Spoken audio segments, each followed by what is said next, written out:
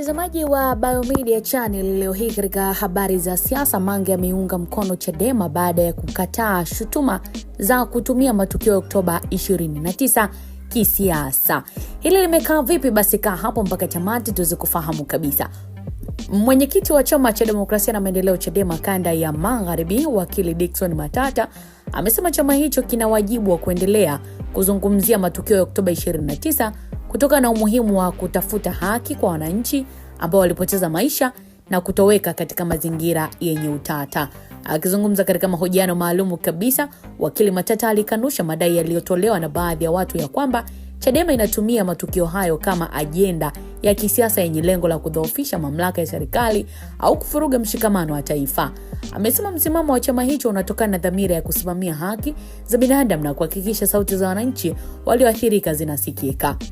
Na kwa mujibu wa Matata, Chadema haiendi kinyume na maslahi ya taifa, bali inatekeleza wajibu wake wa kisiasa na kijamii kwa kuwakumbusha viongozi umuhimu wa uwajibikaji na ulinzi wa maisha ya watu. Alieleza kuwa haki ni msingi muhimu wa amani ya kweli, hivyo haiwezekani kujenga umoja wa kudumu ikiwa malalamiko ya wananchi yataachwa bila majibu. Aidha, wakili Matata alisisitiza kuwa matukio ya Oktoba 29 hayawezi kuchukuliwa kwa namna ya kama historia iliyopita au majeraha ya zamani, kwa sababu bado kuna familia na wananchi wanaoendelea kuumia kutokana na athari za yaliyotokea.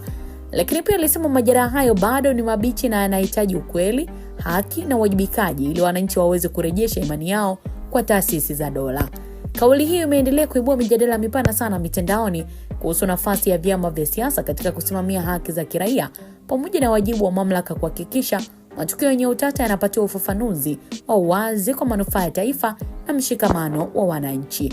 Lakini kwa upande wa Mange, ambaye ni mwanaharakati wa mitandao ya kijamii na wengine wengi, na wao kwa upande wao wameweza kuunga mkono kauli hizo kwa kudai kuwa matukio ya Oktoba 29 hayakusababishwa na wao, hivyo hawawezi kutumia matukio hayo kama njia ya kuendesha siasa hapa Tanzania.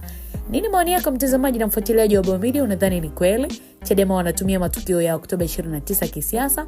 Unaweza kuandika komenti yako hapo tukapitia kwa wakati mwingine. Uwe na wakati mwema. Bye bye.